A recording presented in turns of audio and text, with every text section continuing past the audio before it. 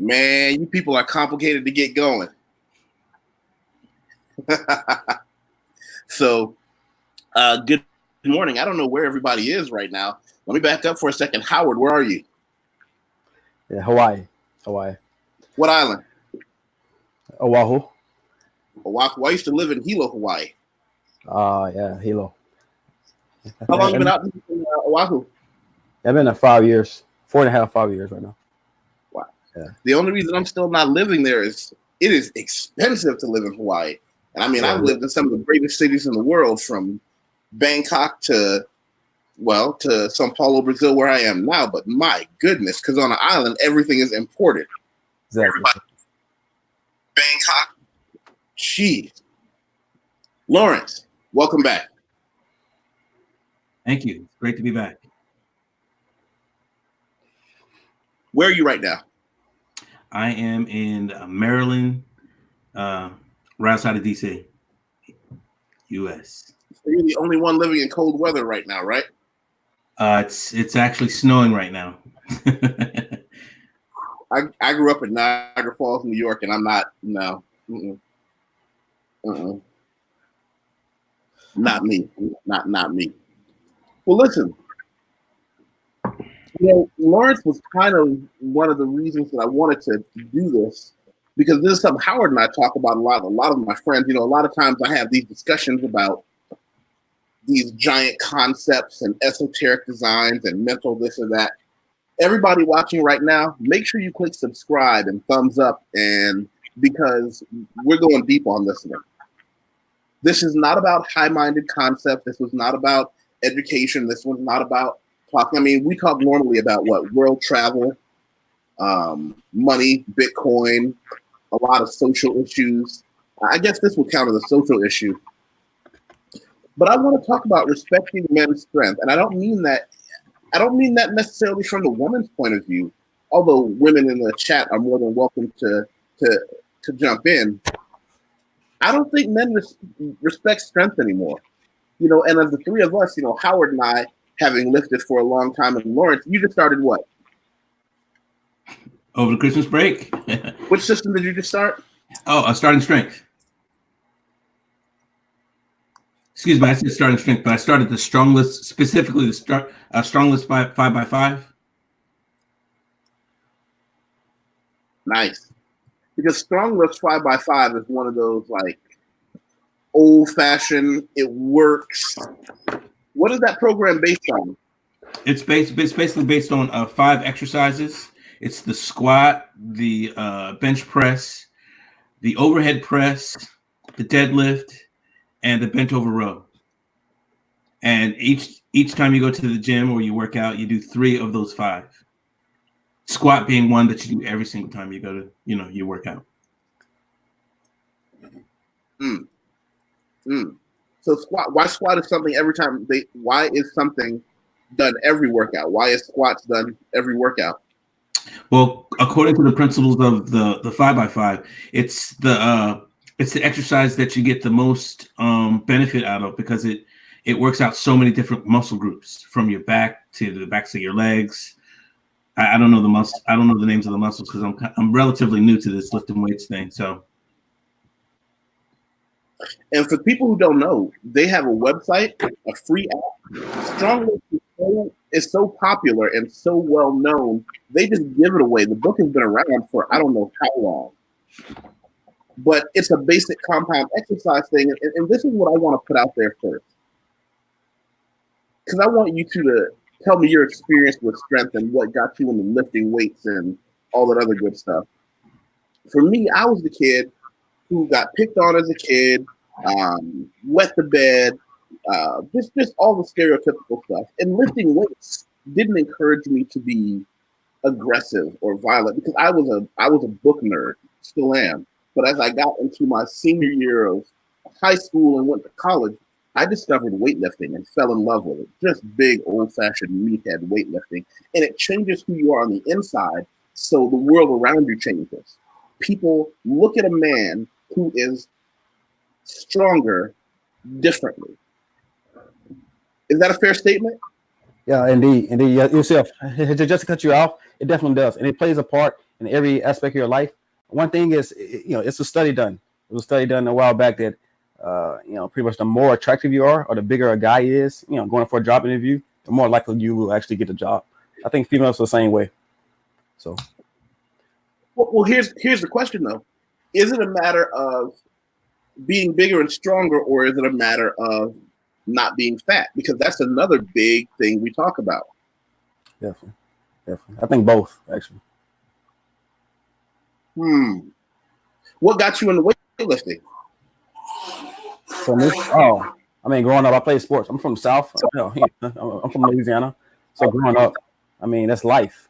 Football. Okay. So I started in junior high, lifting weights. Me and my big brother, we had a weight bench. We had a weight set in our patio at our house. So that actually started me right there. Okay. And of course, he was stronger. He's older and he was bigger. So I tried to match him. And just since then, I joined the Army at 18. So PT. From then on, I got out, travel, and now I just got into bodybuilding. So of course, you have to lift weights to bodybuild. Oh, well, hold on. Let me back up for a second, this because I want everybody watching right now to let me go to your page, because Howard is somebody who's I guess I'd call him Twitter famous now, but he's somebody who gives a lot of. No, you're not Twitter famous. I just post fitness stuff, man. Check this guy out. I want everybody to make sure that when you go on Twitter to click on Howard Cooper, because he does a lot. And here's the thing: he's not out there promoting, all kinds of fancy equipment. You don't need this. All you need is the willpower to go lift some weights. Couple basic things. Thank you for the retweet. And he's just out there doing. He's just out there doing the work. Hold on, let me get a couple good pictures of you, David Goggins. We could have an entire discussion on this guy. Oh yeah, great inspiration. Look at that. Look at that. Power. The squat, man. Lauren said earlier, squat is very important. See, that picture right there was a goblet squat. It's very simple. Just all it takes is one dumbbell, pretty much fairly heavy. And you said, I know you like kettlebells. Same way, bro. You can have it with a kettlebell. Yeah, and just squat straight down. Yeah, very good. Kettlebell squats it's the same principle. I tell people all the time. They ask, "Oh, are you still lifting? Are you still lifting regular weights?" And I say, "Yeah, kettlebells are like my weekend toys. It doesn't take the place of good old fashioned fundamental." Here, I'll show you guys what he was talking about doing that same exercise, because let's see, there. Oh yeah.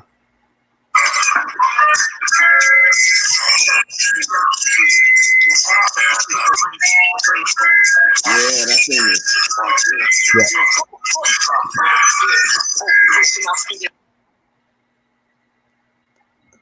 Yeah. You joined the military at 18? Yes. Yeah. Well, as someone who has a totally opposite view of military life and things like that, because my dad had been drafted and we had a lot of conversations, I still recognize that it's a volunteer military. So I respect anybody who raises their hand to do a job that, we can discuss the merits of it anytime. But if you got the stones to lift your hand and say, I'm going to go do something like that, we should have a discussion on that. How long were you in? Yeah, 7.5 years I was in. Actually, 7 years, 8 months, but yeah. 7 years, 8 months. And then when you left the military, is that when you went to Hawaii? No, there's no way to know Hawaii. So I was in the military, then went to California, San Diego. I studied in the IT, pretty much IT, in network security for 2 years. It was a fast-paced program, so I finished in 2 years. It was in San Diego. It was a private little college, all right. So, and then, of course, the GI Bill paid for it. All right, so I'm like, oh, okay. So it paid for it. And then I just took off traveling. So I backpacked for 18 months with a couple places. And then I moved to Hawaii after that. Oh, wow. And so you're doing IT network security now? So yeah, actually not now. I'm doing a little consultancy in the background, but I actually do web design also. So really? Yes. Yeah, I might have to, I do a lot of writing, editing, and this is a good time to show you. I do writing, editing, ghostwriting for websites, anything that has to do with university professional level English. But I'm not a website designer. I've got a couple of things I've written that may need to be posted. You and I are going to have a private business discussion. We may be able to link up on that. Yeah, definitely. We will. And this is I tell everyone to catch me on LinkedIn. And I tell everyone the same thing every time. Go ahead and skip over looking at my resume. You can look at that later. I tell people to go straight through and look at what we have here called recommendations.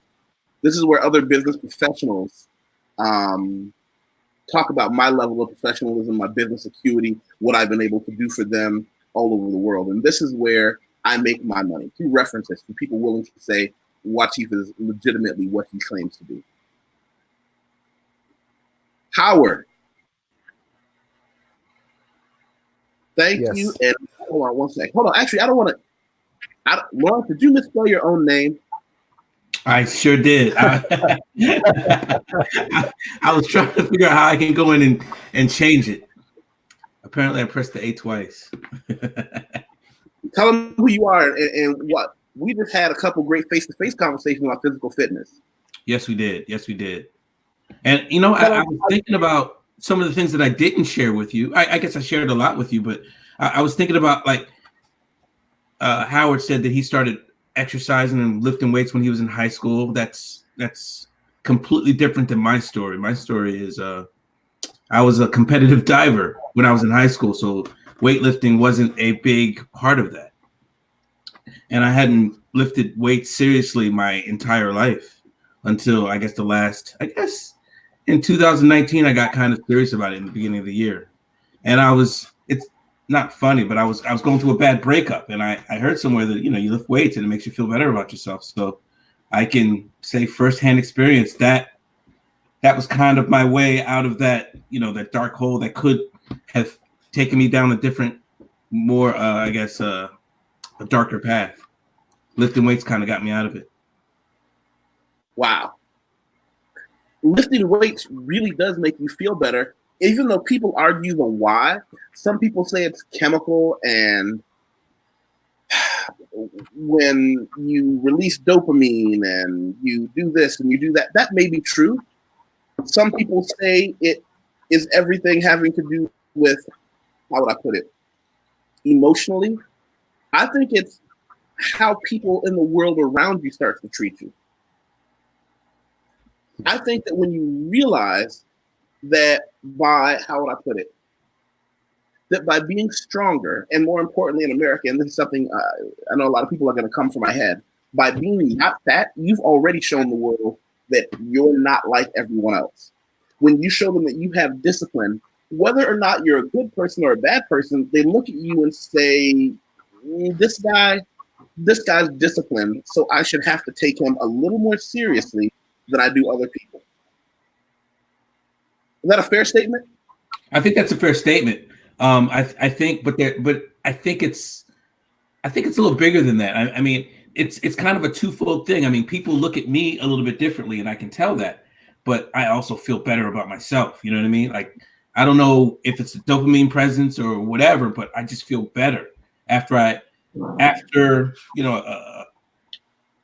a certain number of workouts. I just feel better. I feel like I can tackle more things in the day. I feel I have more stamina, more strength. I mean, I just feel better in general. So I've been doing cardio for a long time, doing a lot of cardio routines, running 5Ks and things like that, but it's not the same. You know, cardio is one of those things I learned.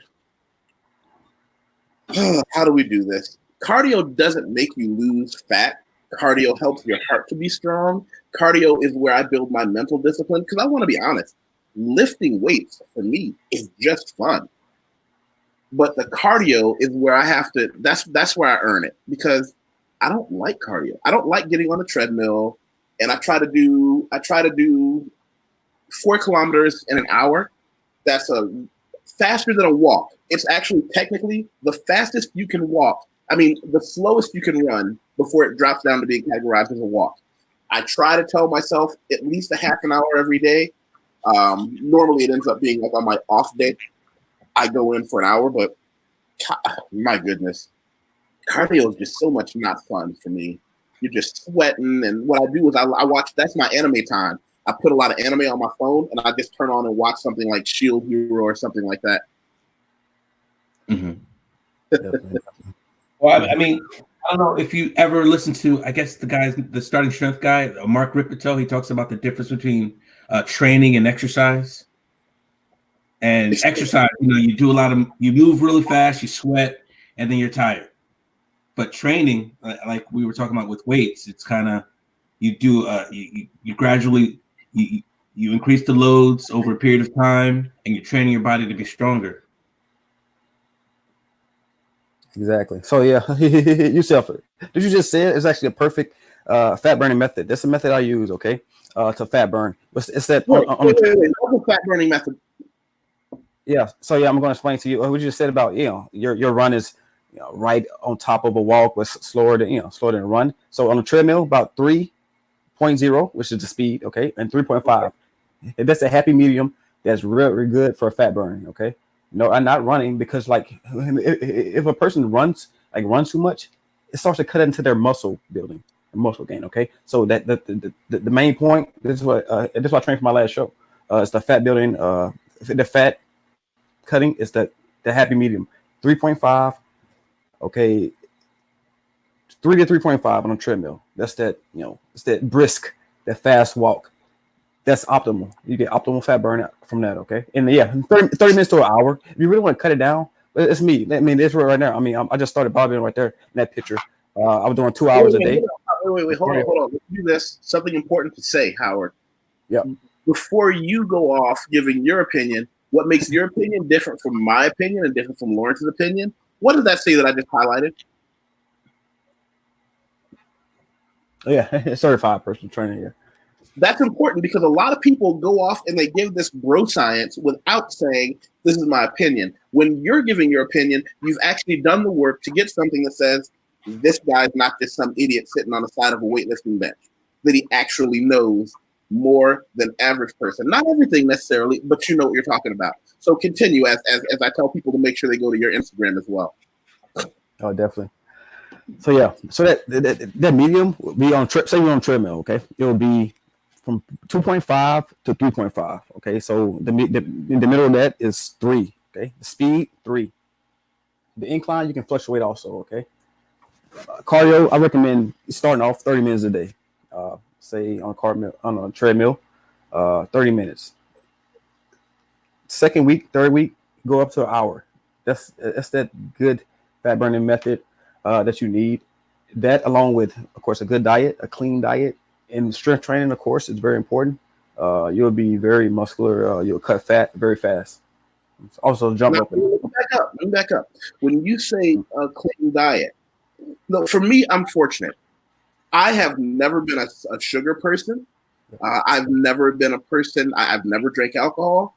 For me, I can safely say to you, I will eat. So I am a lover of roasted meat, roasted fish. If you live in Brazil, you can get down. I mean, I understand where my eating problem is. It's not with junk food. It's not with sugar. It's that I eat an entire chicken for lunch. But at the same time, I know that the hard part about that getting in shape, man, you got to get that diet in order because you can't lift yourself thin. I'll never be thin. I don't want to be though. Yeah. Same here, man. That's same here. I want to have that size, man. I try to stick to around 1,400 calories a day, a good mix of different things. I don't avoid fruit, not on any crazy diet, but it really does matter, especially as I'm 42 and a half years old. I'm going into that. I want to not be, I used to be 230 something, giant weightlifter, jiu-jitsu, and now I want to see if I can shrink up the package. What's your eating like out there, Lawrence? My eating is it's generally pretty good. I drink, and I have a bad sweet tooth, so those are my 2 critical flaws in my diet. But I try to cook very often, and I tend to eat a lot of vegetables. I'm a single parent, and my daughter's a vegetarian, so I tend to cook more vegetables in the house. So I think my eating's pretty good in general. Well, you know what, Howard? Can you look at Kelvin Wright said, "What's your nutrition like? Eating plan." Say again. Kelvin asked, "What is your nutrition like? Your eating plan?" Okay, yeah. So I'm definitely keto. Okay, I'm more keto based. Okay, high protein. Okay, high protein, high fiber. Okay, so protein, of course, it's essential for the for muscle building. I think everybody knows that. Okay, protein, muscle building. Okay, it builds and sustains the muscle. Okay, so it's very number one nutrient in muscle building. Okay, the protein, fish, like you said, it was YusefWateef is perfect. Okay, grilled fish, chicken. Okay, you got steak. The eggs is very essential, very good for you. Eggs is like a steroid. I think eggs is very good. Okay, so you got the protein basis, then you got the fight. Then you had the fiber. You know what you just said though? Hold on, you just said, look at this. What'd you just say? I said, I mean, eggs are like a stir. I mean, egg, yeah, that's that's a perfect combination. Eggs and steak is a perfect combination. Eggs, yeah, eggs have D3. Eggs have a certain ingredients, okay, that you can just eat, and that's why eggs is a bodybuilding staple. Eggs are a bodybuilding staple. You see old pictures, old videos of Arnold Schwarzenegger, guys, you know, eggs sometimes raw. I sometimes eat raw eggs also. But omelet, steak omelet. We're gonna be completely honest. If we got to be completely honest though, dear brother Howard. They ate a lot more than eggs, you know. Oh, of course. You know, as someone who uses TRT, you know, testosterone replacement therapy, I can tell you, you know, the differences in. Here's what I like now. In 2020, they're honest about it. They're like, no, I didn't do this eating steak and eggs. You know, they're they're honest about what's taken. Go ahead. Yeah, definitely. So again, so like protein, what I was saying, protein is it's the muscle to gain. It's the same muscle, of course, it's the protein. Those are just a couple I just named. Steak, eggs are just one substance of in my diet. Okay, and then you go to fiber, which is very important for fat loss also. Okay, broccoli is my number one fiber. Spinach. That's why I see, you know, old Popeye Sailor Man, spinach, the biceps. That's where it's coming from. Okay, like seriously, it cuts fat. Spinach and broccoli. I mean, it eats up fat. Also, you guys like oatmeal? That's the perfect fiber for the morning. Okay, and plus you can add fruit to that. Of course, banana, blueberry, strawberry. You can add that to have that, you know, those extra. Okay, so that's fiber. So it's protein, fiber. Okay, and then carb. Definitely when I'm cutting down, I cut down on carb because the carbs are, you know, for energy, mainly for energy, carbohydrates. What the name of it. I eat brown rice a lot. Brown rice is totally different than white rice. White rice is, you know, defined sugar. Okay, of course, when you eat it and when it dissolves in your system, white rice, it breaks down the sugar. Okay, in your kidneys. So I stay away from white rice. Eat brown rice. Overnight oats, where you mix a cup of yogurt, a cup of yogurt, a cup of oatmeal, and whatever fruits you want to throw in there, blend it together and stick it in your refrigerator overnight, and then in the morning you can throw it in your bag and just eat it. Oh, that sounds good. Yeah, Greek yogurt is very good. Yeah, Greek yogurt. Yeah. I've done that. It's good. And Greek yogurt has a good amount of protein. So I want, you know, especially now that Reigning Woman is here, who's an amazing person to have around.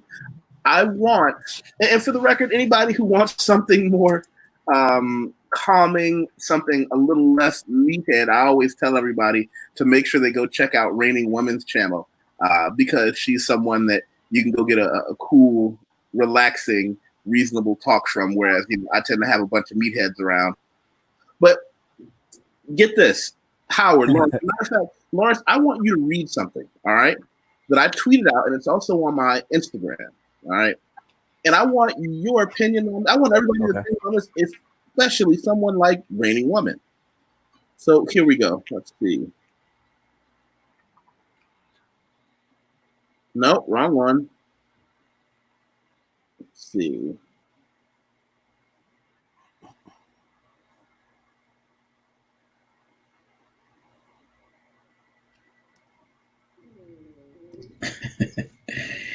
If you can't throw your girl over your shoulder in an act of discipline or rescue, either she's too big or you're too small. Pick one. Fix it. She'll respect you more. If not, she'll resent you for accepting it. Well, Wow. there it is. That is a statement written by a strong person. Yes, indeed. It's true. Yeah, I think it's true. Yeah, I definitely agree with that. Yeah, Yusef. Is that right there? That's I don't know why so many people don't understand that one, and we can talk about this later. One of the many aspects of being a man involved with women is women want a man who is better than they are in some aspect. One of the easiest ways that men can not only just get better with women, which is a side effect. I think women are a side effect of correct living, but if you just make yourself physically competent, a lot of other problems go away.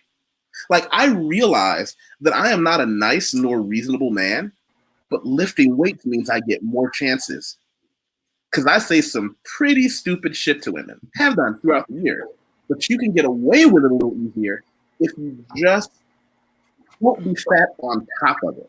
Don't be somebody who doesn't know how to say the right thing and fat. Now you just, it just, an art of becoming more is, she said, good evening, everyone. Now let me tell y'all something. When somebody comes in and says good evening, and it's this early in the morning, it means it's still last night for you, isn't it? Are you just getting home? It's still last night for you, huh? Oh, look at what Rainy Woman said. And let's not forget picking her up just for fun. Yeah. Yep. Yeah. Oh yeah. And she always shows people my goods, and I appreciate that. But yeah, that entire concept right there. I mean, I don't know why it's difficult to understand that the way the world works is people are vain, right? We know a cute girl can get away with less personality and a bitchy attitude in ways that a woman who doesn't take care of her doesn't. We know this and we accept it, yet when I say this about men, they look at me like I'm some kind of a sellout. Like, wait a minute, do you not understand? You can cover up a lot of character flaws that way. Why do you think guys have to build other things? And they just, But I think the men just don't want to lift the weights. Oh, wait, okay, she said it's Saturday evening here. All right, I'm going to let you get away with that.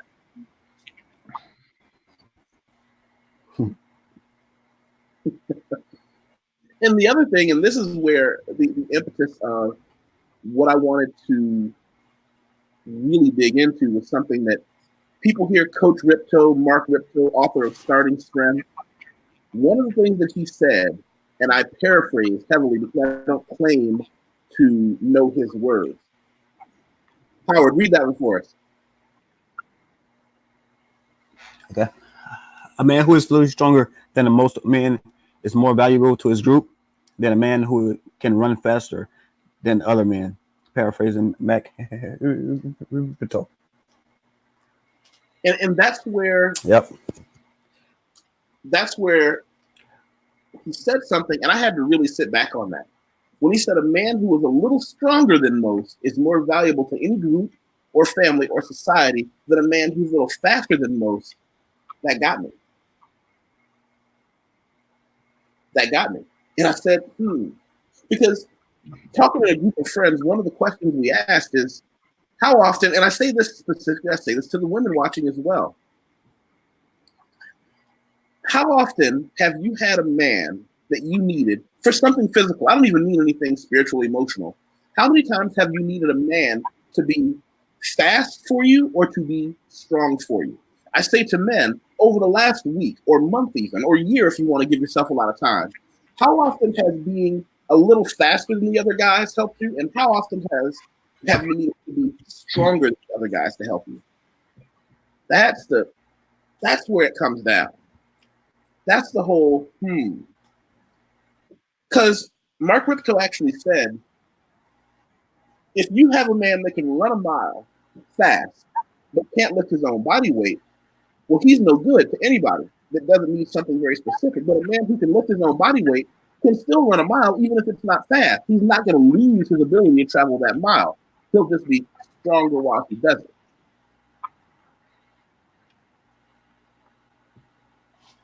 And I don't know why that came out of the controversial statement.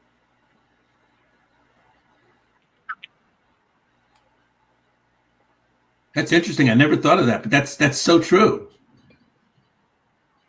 Which one? The being stronger, or the being stronger is way more valuable than being faster. It's and he said it. He said it in a way that only a man who has spent 50-something years of his life, maybe longer, training with weights. He actually said that. He said, "Yeah, how often do you need to be faster than the other guy, and how often do you need to be stronger than the other guy?" And it blew my mind. Because again, if you never had somebody actually say the words to you, what are you going to do? Uh-oh, hold on. Houston, look at this. Randy Woman's going to come up and say hello. So I'm going to send her. Now, everybody knows I can't type and talk at the same time. So, Lawrence, you're in charge while I type in her email and send her the link. Okay. So actually, I got a couple questions for you, Howard, since you're a personal trainer. So I guess this would be appropriate. What do you do to motivate your clients to stay disciplined, to help develop that self-discipline? Okay, yeah. So definitely, just with quotes and just like with every day, like daily quotes, daily pushing them every day, because it definitely takes that to motivate them to continue every day to work out. All right. Also, a fast reward. It's proven that a fast reward, a compliment, every time they pretty much achieve a small mission or whatever, to compliment them. Same thing in the military, which I did for my soldiers. I was a sergeant, by the way. So for my soldiers, I did the same thing. And the same concept, it pays, but it pays to part. So every time they do something good, pat on the back, and pat on the back or whatever, and things like that. As such, just pretty much pump them up every day. You have to do it every day. You got to be consistent with that. And I tell them to at least improve 1% every day. That's anyone. If a person can improve 1% every day, so just high in on those small habits, get better at 1% every day. Okay, you do 6 reps, make it 7 next time. All right, you do 35s on hammer curls. Do 37.5, 2.5 pounds, or just 40s. Okay, next time, change it up, things like that. Okay. So I have my own opinions, but I guess I want your opinion on this question also. How important do you think the role of a trainer is in someone getting into weight training? Okay, yeah. So it varies if, like you said, like you just starting. It varies on that really. Okay, I'm going to say, I'm not trying to sound, but I really don't need a personal trainer, because first of all, I'm one myself. Okay, it'd be different. Bodybuilder coach is different. So okay, if you just starting, yeah, it is important to get them at least, to send you on the right path. Okay, to tell you about your form, if it's awkward, to tell you about form, tell you about the basic eating habits, which I said earlier, about the protein, carb, okay, and fiber. To tell you about those things, get you on the right track, maybe for a couple months, maybe even for a year to some people who's totally new to it. So yeah, in that instance, it is quite important. Okay. Yeah. Well, I'll say from my personal experience, I try to. I think we got a bit of a lag for a second. When you talk about motivation, though, Lawrence and Howard, I understand that it is my own insecurities that drove me, because the voice I've always had in my head, because I've never had, I've had friends that lift weights to give me tips in the gym. I've never had to be motivated, although I am considering where I am now, going in and getting a coach, because I know I'm good at big, strong, savage exercise, but I know I need to learn more to get that leaner look that I want, to change some of my exercise patterns. But and I want to say this for the guys who also come from a place of insecurity when they were young. That voice I hear in my head, I hear the comments from people, not the ones that I hated, but more importantly, people that I love, when you're the fat kid. I remember And I want to testify on this one because I hope, and I want to hear from everybody in the chat room. I want to hear from you, Lawrence, and Howard. I want to testify about when I understood that lifting weights was going to help me. I want to testify on this one event that happened in my life that gave me the motivation that has lasted from that day till this. I was in college. I had been lifting weights consistently for about 4 months. Why? I wasn't cool. To this day, I still wear comic book shirts. Girls were not trying to talk to me, so I had nothing to do but focus on myself, right? I remember walking through the main little area in college where everybody hangs out. And I walked past a guy with a woman that I realized was his girlfriend. And out of nowhere, I don't know how or what, but he yanked on her real hard. And when I say he yanked on her, I mean he yanked her. It was not okay. It was not okay. Yeah. I couldn't understand what just happened. I realized he looked at her, saw that she was looking at me. Yeah, that happens all the time, man. And I know I'm wrong for this, people. I'm not a decent man. I understand that. I remember that feeling of power when he realized the reason that his girl wasn't talking to me wasn't because she didn't want to talk to me. It's because I didn't want to talk to her, regardless of him standing there. That motivation stays with me. Definitely, man. Hey, quit thinking yourself. And that happens all the time to me also, in a different context though. So like say if a couple is walking towards me, I'm by myself, okay, and they're not holding hands, the guy grabs his girl hand. Like, come on, man. Like, I don't, like, okay. Yeah, it happens so much, man. It's like coming. And listen, I fluctuated. Sometimes I'm in really good condition. Sometimes I'm not. I remember getting back on that comeback path when I was 37 years old and I got my TRT thing going again.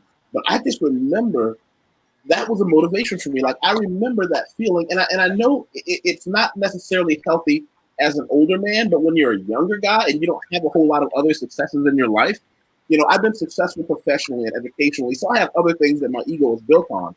But this is why I tell young men, lifting weights is like putting a quick, efficient fire in your engine. Because in 6 months, you can see some results that make you look at yourself differently in the mirror. Yes, you can. Lawrence, I can't wait to hear your testimony when you come back. I can't wait. I'm on that path, so I'm looking forward to it. I can't wait to hear your testimony. Are you monitoring your calories, by the way? I am not. I have not been monitoring my calories. I'm going to give you guys something that is a free app, right? My problem is sometimes I come in heavily under my calories. I'm supposed to get in 1,400. I'll get in 1,000 and realize I didn't eat all my vegetables that day. Now I feel guilty about it. Now I got to go back. But there's an app called MyFitnessPal. And it's simple. It's dirt cheap. But it's effective. And it just lets you monitor. It's done by, what is this company? Yeah. Under Armour. Under Armour, right? Yeah. They do it by Under Armour, and all it does is lets you input what you ate that day. That's it. Okay. Tells you how many calories, you know, how much fat, how much protein, how much carbs. Boom.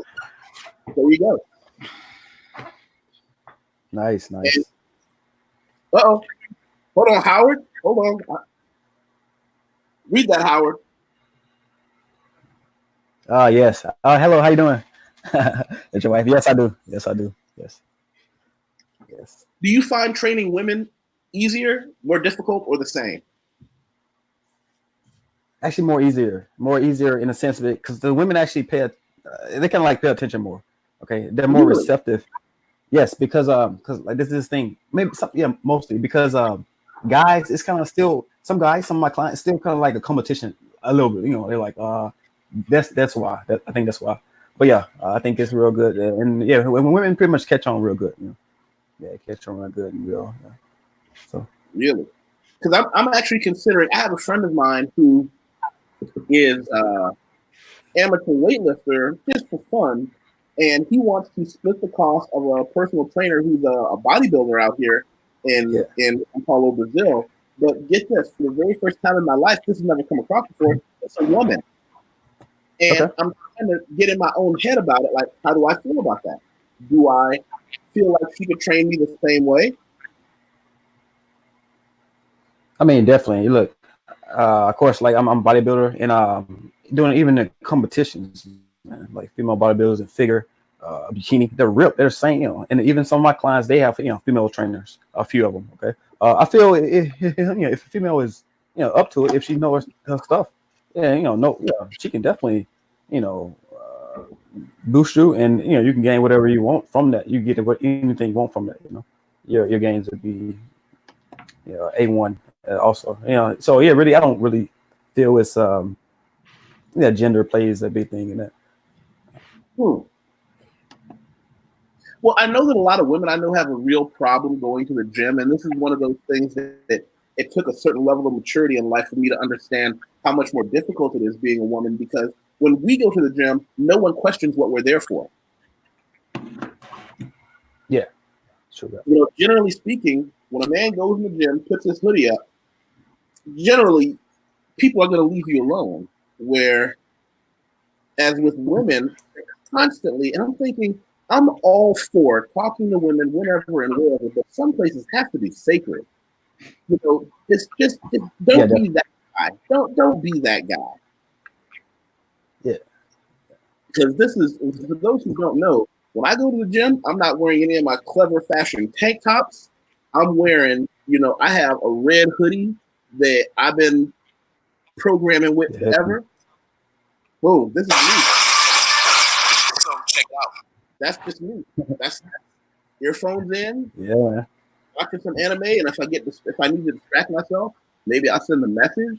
But don't talk to me. I remember there was a woman who saw me in the gym, and she gave me that little extra second look, and I felt guilty afterwards. But I was mean mugging. I was like, "Do you not understand I'm at work? Do you not understand this is sacred space?" And I just looked at her like, and I had to. I felt bad about it. Yeah, definitely. Yeah. I'm focused, I'm saying? I'm cued in. Like I see people, but I don't actually see people when I'm zoned in. I'm sure people notice too. They're like, oh my God, I'm zoned in. I only see myself, I only see where I want to be. That's why I tell my clients also, see yourself where you want to be. Okay. See yourself at the end goal. Don't see yourself now. You're struggling right now. You're just starting. Okay. Same with you, Lawrence. You're just starting. Don't see yourself now. See your future body of what you want to be. Okay. While you're working out. That's the extra motivation I think that anyone can go off, and just achieve, the biggest goals, the fitness goals that way. Yeah, see yourself at the end goal. Just keep working out. I want to get back to. I've never had abs. I'm not even gonna lie. I've never had abs, but I got that point where I could just see a line a little while ago when I was in Las Vegas, and I just want to get if I can get my. Back then, my traps weren't as developed as they are now. But I wish I had a different picture. But my stomach was. I did some amateur modeling, but my stomach, I had that nice flat, like stacks of wood down there. Like a little wood burning fire. Yeah, I want to get back there. Yeah. Definitely. So this is a carb. Yeah, cut sugars, cut carbs. I knew earlier you said you don't really eat sugar, so just cut your carbs down. Cut your carb down, and cardio is key. That's why I tell some of my friends too. Some of my close friends, I don't charge them anything. Guys in my circle from back home. I mean, it's just, cardio. Okay, so increase that cardio if you really want your abs. Because look, most guys, we have abs. We have a 4-pack or 6-pack. Okay, it's just that we want other people, or we want to see them. Okay, so that's cutting the fat, the visceral fat around the. Okay, same for women too. Men, increase the cardio. Okay, it's the same concept as cutting as a bodybuilder. Increase the cardio to 2 hours a day. Increase the cardio. Like in my last two weeks. That cardio 2 hours a day. How many days a week? Wait. Did you say 2 hours a day? Yeah, 2 hours a day. You're just trying to ruin my life. 2 hours of cardio. Well, look, no. I would just come home and cry. Yeah, no. I mean, that's what it takes to really. I feel like a champion. Yeah. Oh yeah, look, or even just high tempo cardio. So I mean, you can cut it to 20 minutes, but the jump roping. You talking about like Twitter? I mean, I'm sure you saw. I mean, I have in Instagram too. I have a jump roping videos. Also, I'm jumping for a couple minutes. Okay, so that I mean, you can just jump rope for 10 minutes a day. So you do 5 sets of 2 minutes. It's not easy though. Okay, but of course that's a higher tempo, higher intensity. You cutting it down, and it will. It's a full body.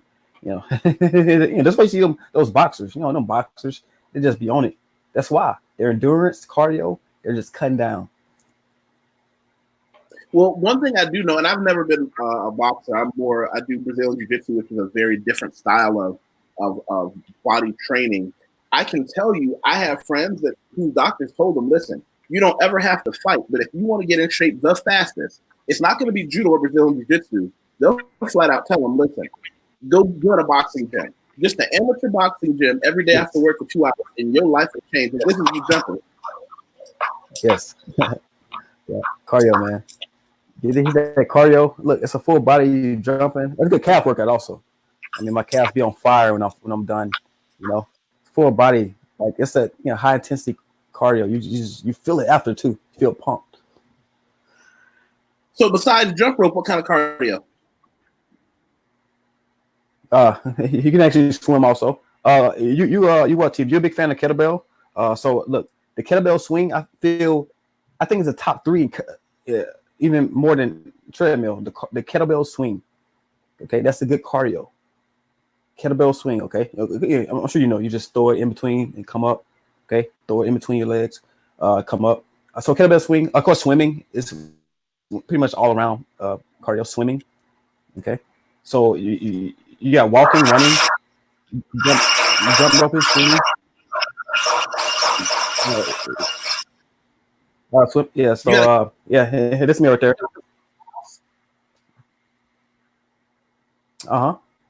You got a treadmill in the house? Oh yeah, yes. I have a treadmill in the house right there, and a couple of weights you see. Also, that second video right there, YusefWateef, you click on that. Okay. It is actually real good ab workout or core workout. Okay. This it's one? called yes, it does. It's called the Russian twist. Okay, you simply get in, on a bench and go left and right while holding a dumbbell. We do the same thing with kettlebells. We do the same thing with kettlebells. Yep. It's real good, man. All right, but like running, walking, jump roping, of course, kettlebell swing, all good cardio. I mean, cardio could be boxing too. So, like, say what TV if you just want to go. I mean, if your gym probably not have punching bags. I don't know if you're BJJ, Brazilian Jiu-Jitsu gym have punching bags. Punching and boxing is actually a good cardio also. This is one of my older kettlebell swing videos. Yep, very good cardio, man. Very good, man. I mean, look, it burns so much calories. You know, like cardio really is only burning calories, at a high rate. That's mainly what it is. Okay, it's exercise where you're burning excess calories. You know what I'm saying? That's why it's important to when you cut down to actually do cardio because it burns calories. You know, the calories that pretty much you ate in a day. What kind of cardio do you? Yeah. Well, yes, for me, I do just those jump roping. Yeah, definitely. So jump roping and treadmill. So hey. Uh-oh. Look who's entered the fray. What's going on, gentlemen? How y'all doing today? How you doing? Good. So what I'm also going to do here is I want everybody to see, and I'm putting this in our chat. Let's see. This is Howard's Instagram.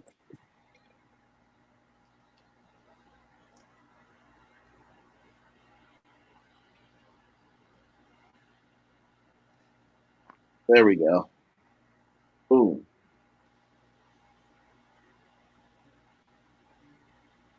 There. So everybody can see I'm putting Howard's Instagram into the thing. There we go. Now, Craig, when I think you pulled Craig out of his cave when we started talking about kettlebells, because Craig actually has more experience than I do. But when he moved down here, the thing about kettlebells is they're not exactly the smartest thing to put on an airplane when you travel. So we're gonna go to the store and pick up a couple for him. Can you hear us okay, Craig? There's like a crazy delay, so I'm hearing like everybody's conversation like seconds afterwards, and so I'm not sure what's live and what's not. We hear you perfect timing. Okay, I'll adapt then. Yeah, because every time your lips move, you're in perfect timing. I don't know. Yeah, there's just a lot of echoing and a lot of other stuff going on in the background. There you go. It's better now though.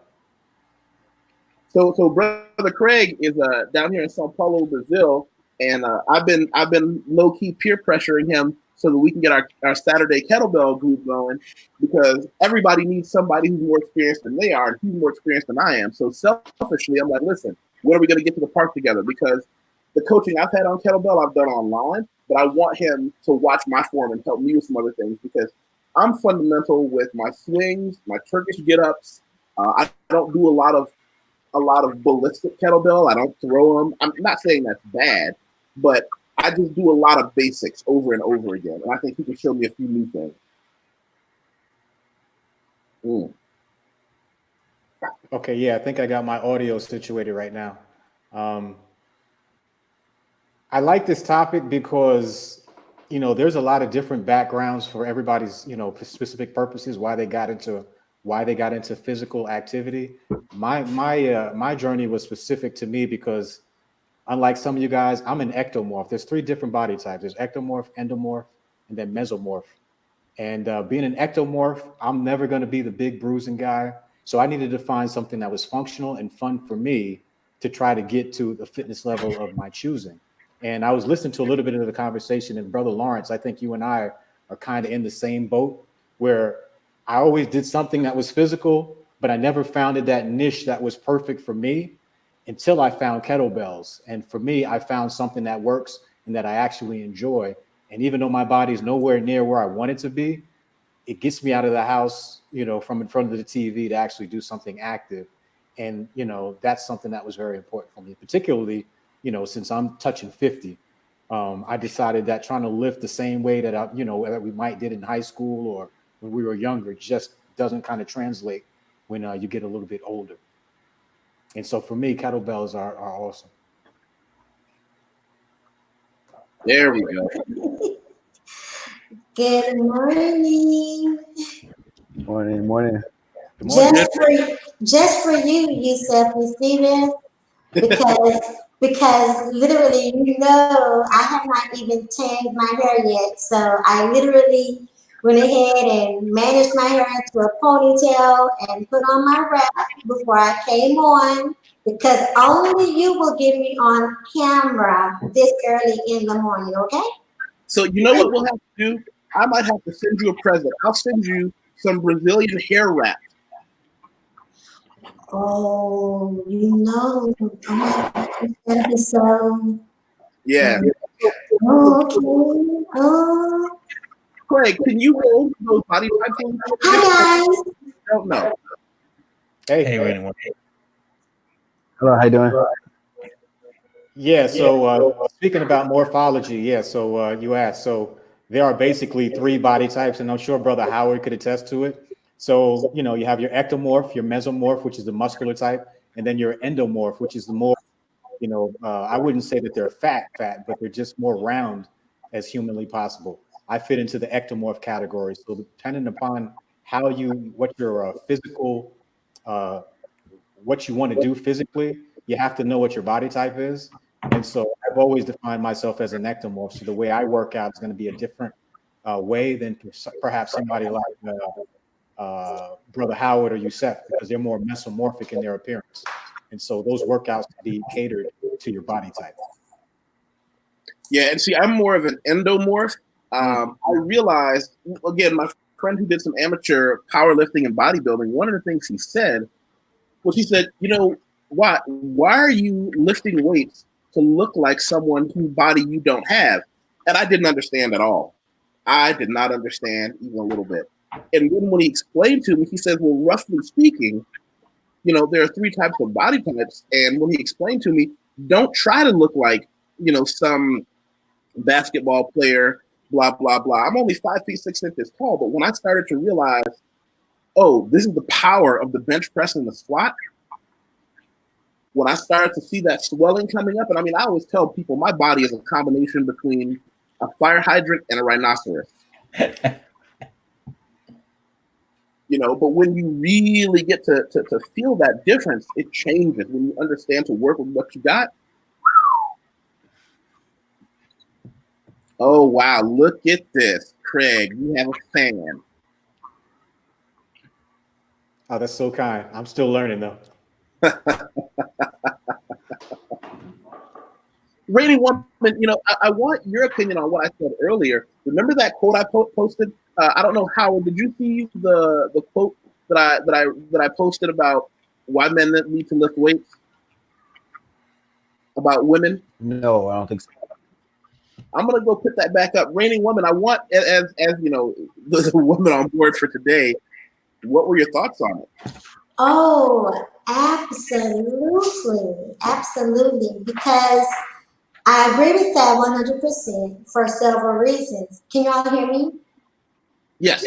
Okay, great. And one thing that I wanted to add to that is that I'm a firm believer that women need to have a healthy fear of their men. And the healthy fear is one that if I get out of line, if she gets out of line, or if she misrepresents him in any way, that she is going to come under correction. And so this is not taken out of text. That correction is not abusive, but that correction is like, I'm going to be checked. And knowing that if she does not get in line, that the second healthy fear is she can't be left. Well, if you're not strong enough mentally, spiritually, and physically to do that, then you're not able to instill that healthy fear in her. And for me, I always look at healthy fear is I have seen, and I will give this story over and over again. I have seen relationships fall apart when one person, because this is not a man-female issue, when one person makes the decision to get in shape, I've seen relationships fall apart because the other person can't take that. Mm-hmm. You know, I've seen that happen. I've seen the power that comes with being physically competent. Right. Another person to go, I can't, wait a minute, I can't treat this person that way. Yeah, I mean, she's a woman. You are absolutely correct. And I have a personal testimony to that, what you were saying, which kind of tripped me out because you hear it all the time, but it actually happened to me. I mean, many moons ago, I was married and we had an argument and, you know, I'm calm by nature, you know, and I'm kind of cool and collective, but, you know, my ex, she kind of tried me. And even though I would never say physical abuse is great, I had to show a show of force. And amazingly, what happened after that was it was perfect. You know, she saw that she couldn't try and test me, and it restored a balance in the house that was lost. And so there is a testament to what you were talking about. It's controversial, and you know, in the age of Me Too and everything else. But I think primarily there's an order that has to be restored. And once I showed that, you know, I'm not going to mess with you, but I can F you up if you step out of line. It restored a balance. And right. And another thing too is because also as a woman, right, if you cannot discipline me, if you cannot instill a healthy fear in me, how can you protect me against others?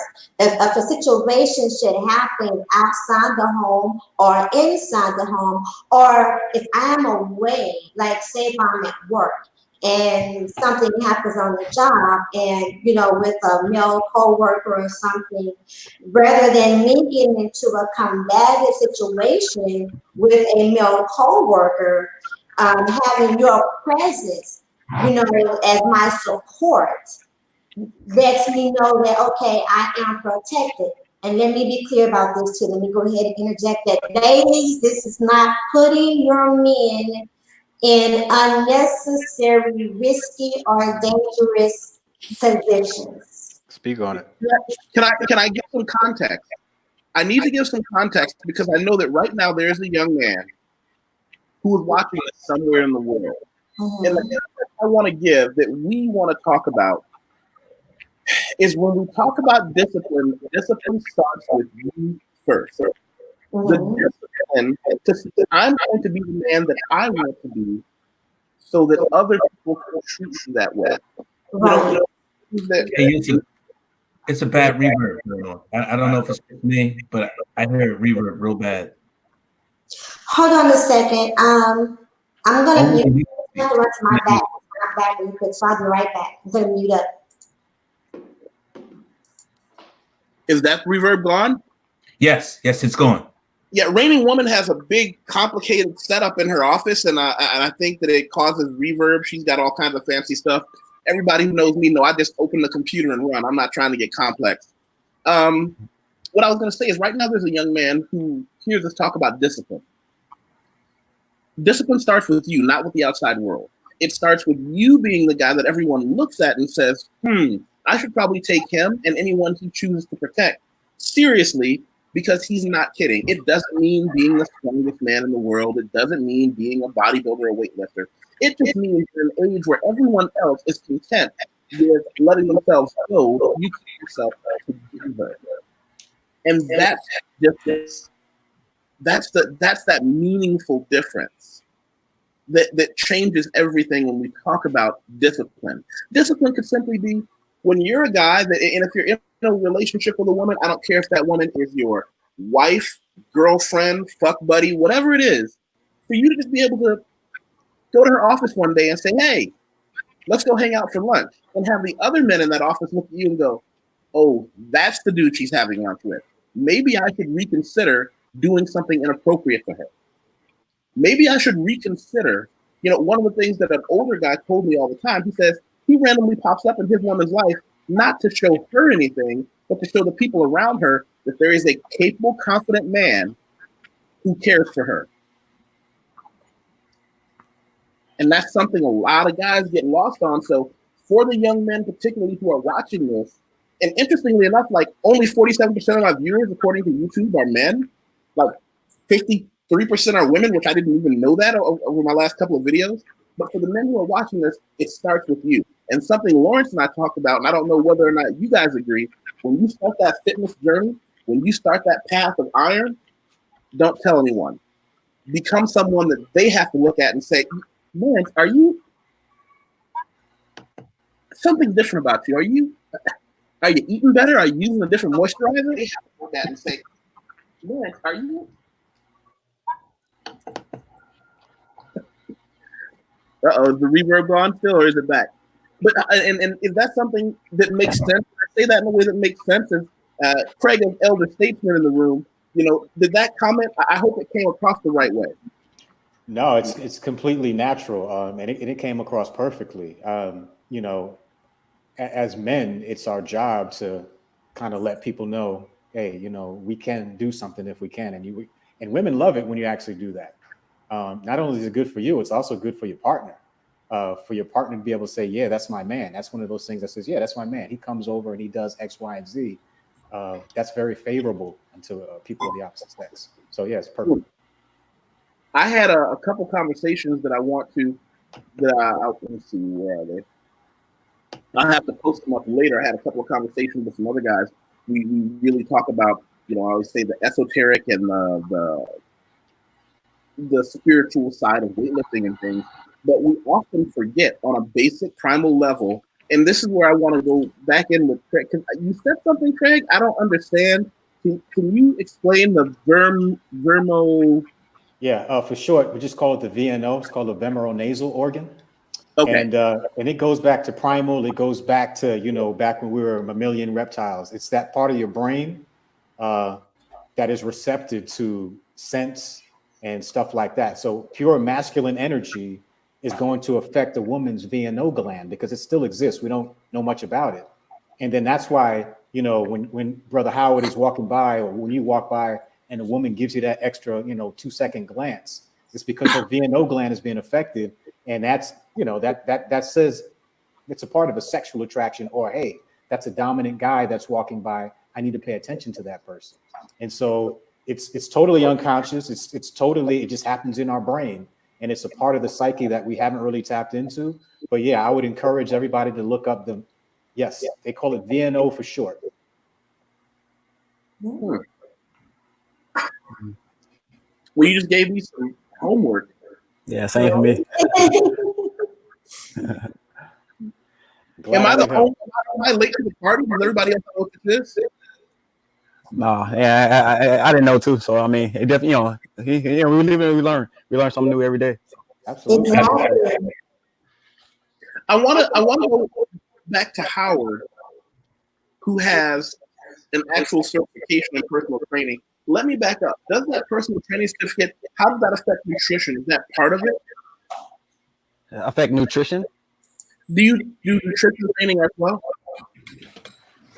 Oh yeah, yes. Well, look. I mean, there's an overall, and then there's subcategories, there's sub certifications. So yeah, a person can have a nutrition training. I don't have one, but you can get a certification on nutrition. You know, say for yeah. So you get a training for the elderly. There's elderly personal trainer certificates, and so of course with each one, you're more certified to actually train different aspects. Kids also, there's a kids personal trainer. So like dietary nutrition, that's one aspect of its own certification. You see? And what is yours on? Just a nasty, just the normal national certification for personal training. Right now, that's the only one I have right now. Yeah. Because the question I have, I want to talk about food, and I also want to know. I want everyone to understand. You know, Howard's not necessarily a nutritionist with food, but I want everyone's opinion on this. I have developed a thought pattern. Now, I don't know. Maybe I'm just, again, not that clever. I have a theory, and I'm looking for people to prove me wrong, not right. I call it the good fat, bad fat theory. That the reason that, for me at least, and people who don't eat the stereotypical American diet, it's easier to gain muscle and lose fat if you're eating 1,000 grams of protein and it comes from something like a roasted fish or 3, then it's easier to get in shape than the guy whose protein came from a pizza and a hamburger with a milkshake. Or does your body not recognize a difference? So if you get fat from eating too many fishes on the corner like that, and I know fishes isn't a word, is that going to affect your body? Yeah, definitely. Yeah, so I think a person's body definitely knows the good fat versus bad fat. Your body definitely distinguishes between good fat and bad fat. Okay. Also, olive oil and avocado are good fats, known good fats, and a superfood. Avocado in particular is a superfood. Okay, and olive oil also. Even sometimes I take shots of olive oil because it's a good fat. And there's others too, but yeah, of course, a bad fat would be, you know, fried chicken or whatever from Popeyes. Okay, that's a bad fat. So yeah, your body definitely distinguishes between two. And good fat is actually it's mandatory in actually fat loss. It aids in fat loss also. Good fats. Yes. Well, get this. My friends tried to take me to a place out here on the other side of Sao Paulo. It's a restaurant that only serves buckets of fried chicken. You can get, I think it's 1 or 1.5 pounds of various chicken and a 2-liter soda for like, I guess it come down to like 15 US. And I was like, are you serious? Is that what you guys want to have for dinner? And they're like, yeah. I was like, oh, this is gonna explode my calories.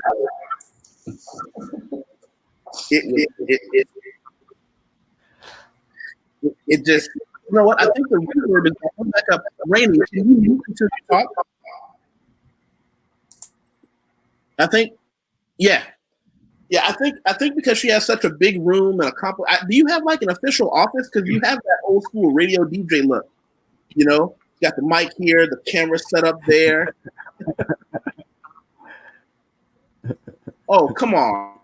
I could not eat the meat of a fish head. Of course you could. Listen, when you come out here to Brazil, we're going to get a fried fish down the road with some rice.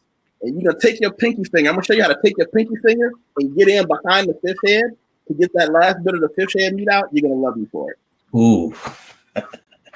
You're going to love me for it. Trust me on this one. So when we're eating these different foods, it's kind of like when people talk about sugar, and I say I avoid sugar, and they say, "But Wateef, I watched you eat 3 bananas on our way to the gym the other day." Well, yeah, of course I did, because it's not like I'm eating 3 candy bars or 3 scoops of ice cream. 3 bananas to wash down with. Now hold on, I drink 3 of these a day, so I'm at about a gallon of water a day. I drink 2 cold ones, and normally in the evening I'll drink a room temperature one because that helps me to get down faster. Mm-hmm. But I definitely yourself. I'll go ahead. I'm sorry to cut you off, but yeah, sugars definitely. You're exactly right. There's 2 types: artificial and natural. Banana is natural sugar, say compared to a Snickers bar, which is of course artificial sugar. So yeah, it's very good to eat natural sugar. And my personal recommendation is 30 grams to 40 grams a day of natural sugar. That's why I tell people they can cut up a banana and put it in their oatmeal. You know, they can eat strawberries, cut it up, and put it in their oatmeal. And blueberries, oatmeal. That's natural sugar, which everyone should have, versus artificial. So yeah. And what I like about what Howard does on his Instagram, it's not like he's out there telling people he lives like a monk. You know, he's out there saying, "Listen, I have a day when I do something like this, and that's okay." I really hope you learn how to hold chopsticks, because that's not okay, man. No, trying. That's all that matters. He's trying, man. Yeah, I know. It's all just. Exactly. See that brown rice. Yeah. I lived in Asia for many years, from Thailand to China to Japan. I can tell you, man, that's not okay what you just did with those chopsticks. I'm trying, man. It's like, you're telling the world I don't have to eat like a monk every day. Just most days I eat well. Yeah. Exactly. You know? Exactly. Is that a reasonable statement? Most days. Yeah, exactly. It is. Okay. And most days plus cardio and plus exercises. This is the thing. Most people just think just one of them. They just take, okay, I'm just gonna eat well most of the time, and then no, you gotta combine. There's 3 components to this: diet, cardiovascular, or i.e. cardio, and strength training. Those combine to have a better body and a good body. Yeah, I heard somebody say that abs were made in the kitchen, and I think there's a lot of validity to that, because my diet was trash. I ain't even gonna lie. And one of the experiments that I'm having with myself since I moved out of the U.S. is that I've noticed my diet is way more natural than it was, because in my old neighborhood, Popeyes, Church's, McDonald's, Burger King, I worked a lot as I was preparing, and so my diet was trash. And so for me, being able to watch the transformation of switching to a much more natural diet, it's exciting to see the results of that. And I'm getting there slowly but surely, but I can tell in the U.S. it's hard to eat good, you know. So yeah, I agree with good, Craig. Keep grinding, Craig. Keep grinding, man. I'm trying, brother. I'm trying. Yeah. Well, one of the things that I've noticed traveling outside America, I tell people all the time: as soon as you leave America, you lose 10 pounds no matter what. Because it's just hard when you're not eating the same kind of stuff you did in America. Less salt, less sugar. And in America, fast food is cheap. Outside of America, it's expensive. I can go, and Craig will attest to this, we can go down to the corner, and let me think, we could probably get an entire roasted chicken. Today is Saturday. People have seen, I post the videos of when I go to the roasted chicken place. I will get an entire roasted chicken for, let's call it $6 or $7 US. A bottle of water, and the roasted chicken comes a little side of potatoes they throw in there with you. You can't beat that. You just can't beat that. You know, when I go to the market, this stuff right here is talking about eating well. And I don't know, Craig, have you been to the big outdoor food market, or have I taken you to mine? I've been to one before, but no, not specifically with you now. Wait, not that one. Hold on. I'll show you. Let's see. Oh, how come I can't find it now? But one of the things that I like about those markets is that you can get great food that's natural and it's fairly inexpensive. And so it helps when you're trying to, watch your waist and, build the body of your dreams to become a better version of yourself. Yeah. I've been to markets like that. Sure.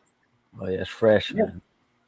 Yeah, I can go to the market and I mean $20 US and I'll get more fruit and vegetables than I could possibly eat all week. And that's okay.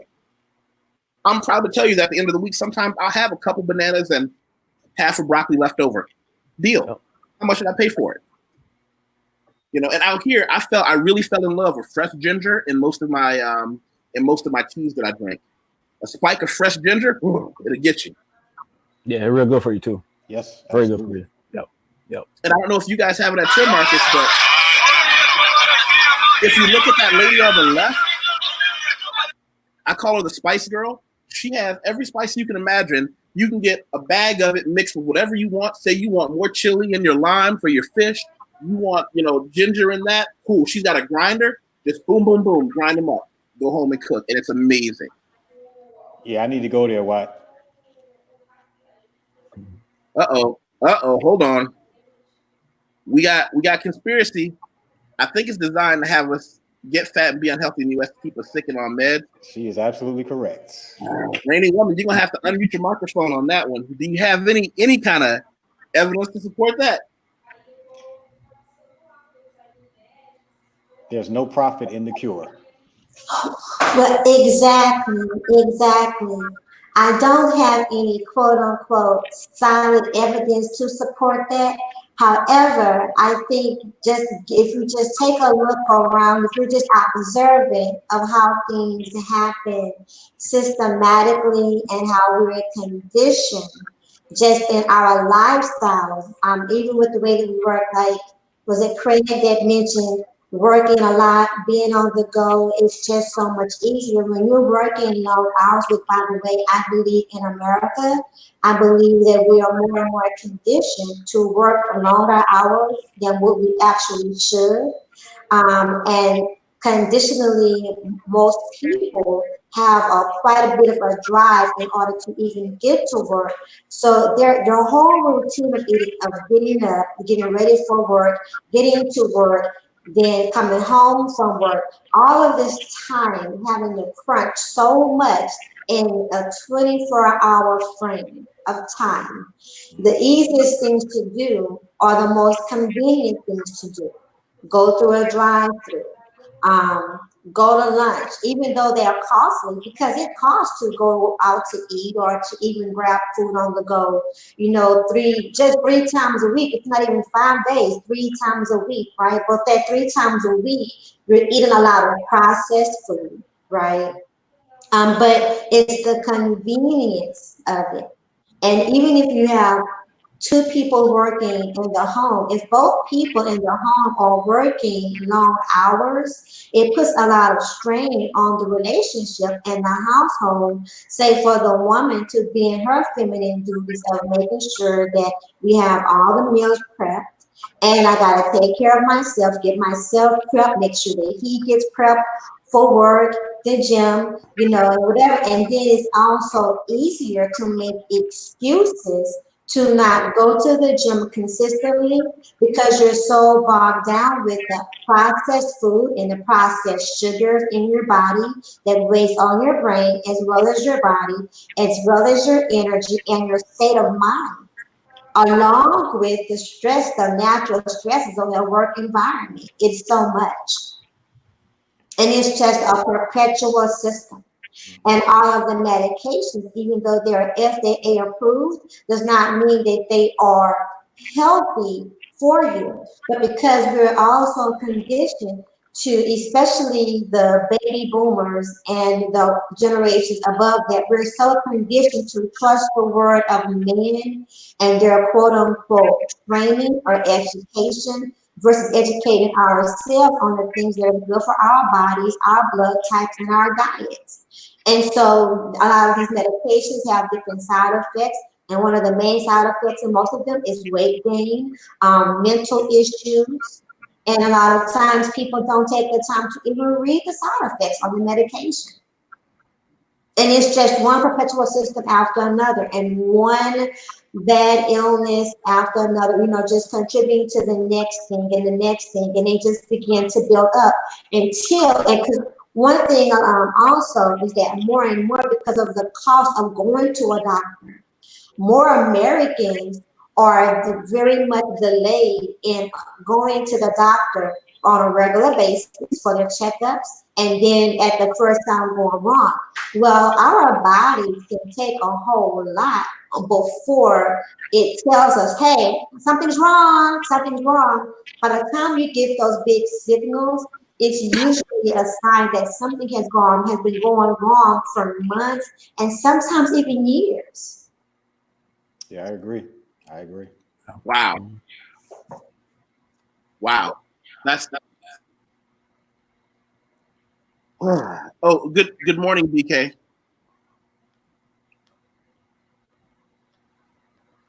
That's hard follow-up, because what you said plays into something that I have to deal with about health. I forget, because I've lived outside the United States for more than half my life, I forget that affordable health care is only uncommon in the United States. Now, I've lived in countries where certain things are expensive. Maybe electronics are expensive, so a new computer costs more. Maybe a new car would cost more than it should in some places. But in every country I've been to, say again? Be it rich, poor, or in the middle, healthcare is just something seen as, yeah, you should just be able to afford to go to a doctor, either a doctor provided by the government or an affordable medical place in that country, and get medicine for whatever it's cheaply or free. So I forget that, people know I go to the doctor every 6 months. I go to the doctor every 6 months. Once a year, I do one of those giant men's healthcare where they shove a flashlight in both holes and come back with full reports. But also every 6 months, I do just a light general, how you feeling, blood work looks great, go for it. Why? I exercise, I eat well, but I also know that there are things I can't control. I'm just trying to control what I can. I can't control if I develop a rare form of cancer, and I hope I don't, but I'll be able to catch it early enough for them to say, well, maybe with some treatment and a surgery, we can get rid of it. I can't control that, but what I can control is, am I monitoring my health? Am I monitoring my blood work? Is the TRT therapy doing its job? And I always say I do different conversations, because testosterone replacement therapy is not the same as steroids. Even though I've had great discussions with my friends about steroids and the difference in those, I always tell people, if you want to see a couple of really good videos, I'll share with you guys some things that you can look up on my channel later. But let's see, where is it? Boom, boom, boom. With the 44 on Swole, that's this giant guy right here. Steroids and Sexual Equity is one that I did. And Kai from Formula Secrets, I did a conversation with him. And we had a great chat. So I tell people those are 3 great conversations that we had, specifically on muscle and things like that. But when you realize how much of an advantage it is to live in a place where the medical industry isn't living off you being sick, it changes things. Brazil has one of the most comprehensive healthcare systems in the world, and a lot of people don't know that, especially Brazilians, because most Americans can't compare what they don't have to other countries, but most Brazilians can't compare what they have to other countries, and they don't understand. When I hear them complain about, my goodness, I was supposed to go to a specialist, and I had to wait 8 weeks to get in. And I say, well, in America, you would just be dead. Truth. How's that? You would just die. Howard, living in Hawaii, and I always tell people, the one place in America that if I could snap my fingers to just wish I could live there the same way I live any place else is Hawaii, because it's, and I say this rarely, it is literally living in paradise. Am I wrong, Howard? You're not wrong. You're right. Right. I spent 6 months in Hawaii. I got to go to the University of Hawaii at Hilo for 6 months, and I'll have a conversation about that later. It's hard not to fall in love, because when you can go scuba diving in your underwear and bump into giant fish, when you can go to the beach to exercise or paddle a boat from one island to another, you don't need anything else. But what is the exercise culture like out there? Oh yeah, it's big out here. I think exercise is really big out here. Same for mixed martial arts. There's a lot of top fighters out here, and it's a real small place, so you always bump into them guys. At the gym. My old gym was a UFC gym, just literally right down the street. Since then, I changed gyms though.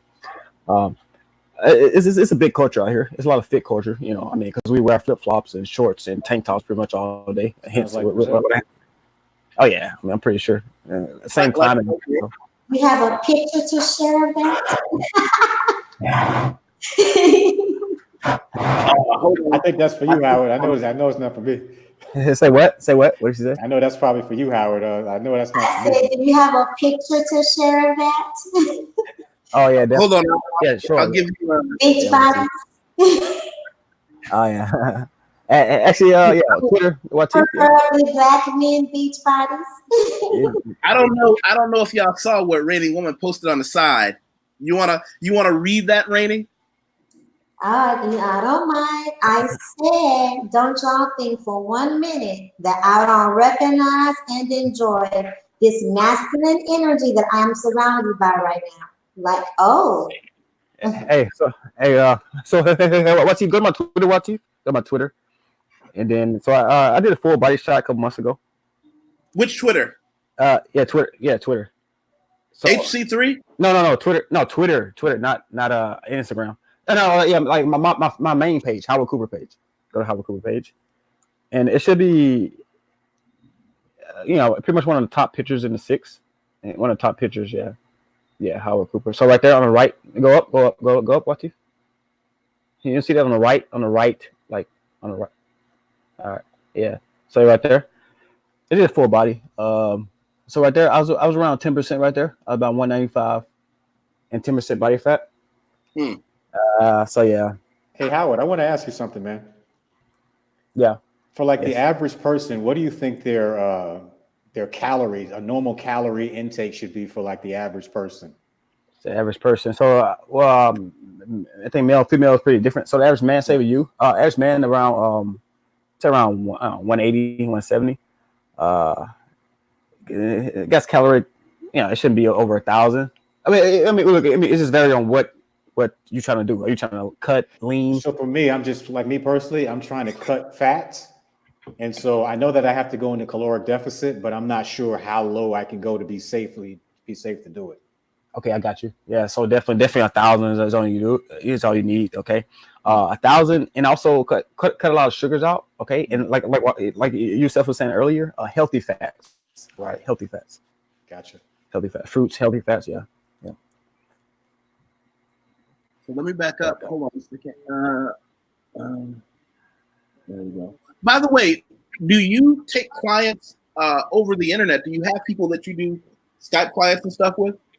Oh yeah, definitely. I actually have more. I have more online clients. I'm definitely online coach. So I like it that way. Well, and here's the thing: for anybody watching, I don't receive any compensation from him or any of my guests by promoting who they are. These are people that I've known long enough to be able to say is legitimate in what he's saying. So Howard did not put me up to this, but I legitimately believe in what he's doing. I see him consistently, not that one picture every once in a while somebody does in the gym, but consistently showing the work.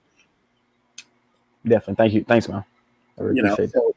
So that's where I want to go with that. But yeah, for me, I do 1,400 calories a day, but I know I need to discipline down, because I'll tell you, man, I have it's hard for me to say no to, in Brazil, we have a lot of the churrascarias where you can just go and get a roasted meat, all you can eat. It's, hold on. We have a new, look who has entered the battlefield.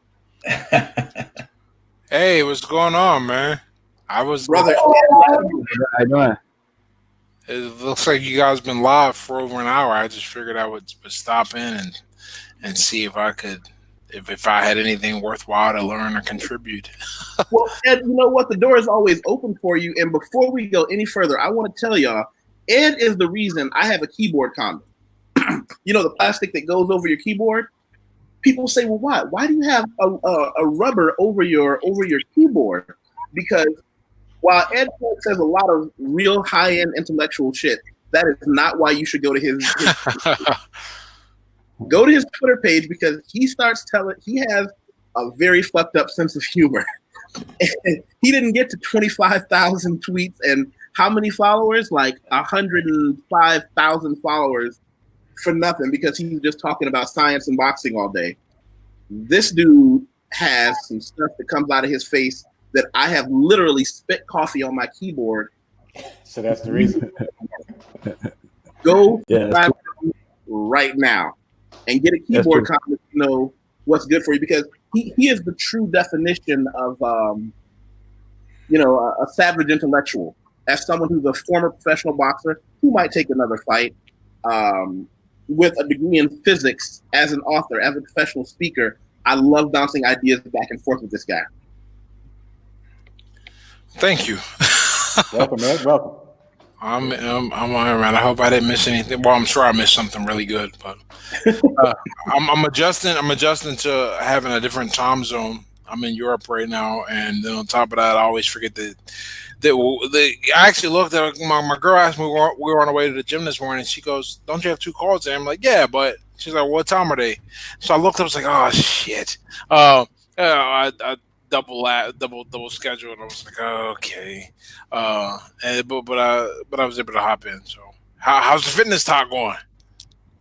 Well, I wanna say something earlier, and I want your input on this, because as someone who can claim the title of being a boxer, one of the things I said is that I was told because I train in jiu-jitsu and jiu-jitsu, which are not necessarily good for burning fat, because it's static and power. Whereas boxing, it's a lot of movement, a lot of efficiency movement. And I had people telling me that their doctor said, listen, don't take a professional fight, don't spar, but join a boxing gym and your life will change in 6 months. Oh, sure. I mean, look, I was just telling a kid the other day, he was asking if I was worried about CTE or cognitive decline or things like that. And I said, man, look, one of the things that I had to tell myself early on, and I think all fighters have to accept, whether they do it consciously or unconsciously, they have to accept that every time you go in the ring, you can be altered permanently when you leave. I know a guy had to stop fighting at 21-0 because he detached his retina in his 21st win. Didn't even lose. I mean, it's just a dangerous sport. With that said, to prepare for something that can kill you, you have to be trained to kill. You have to be trained to kill. You have to train to be hard to kill. And we don't have those kind of stressors anymore in our daily life.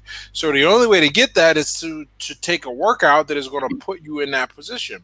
So yeah, the Brazilian Jiu-Jitsu, while it's artistically fun and challenging, it does not force your body to work at an aerobic and an anaerobic way, which is what boxing does. It's aerobic. It's highly aerobic and highly anaerobic.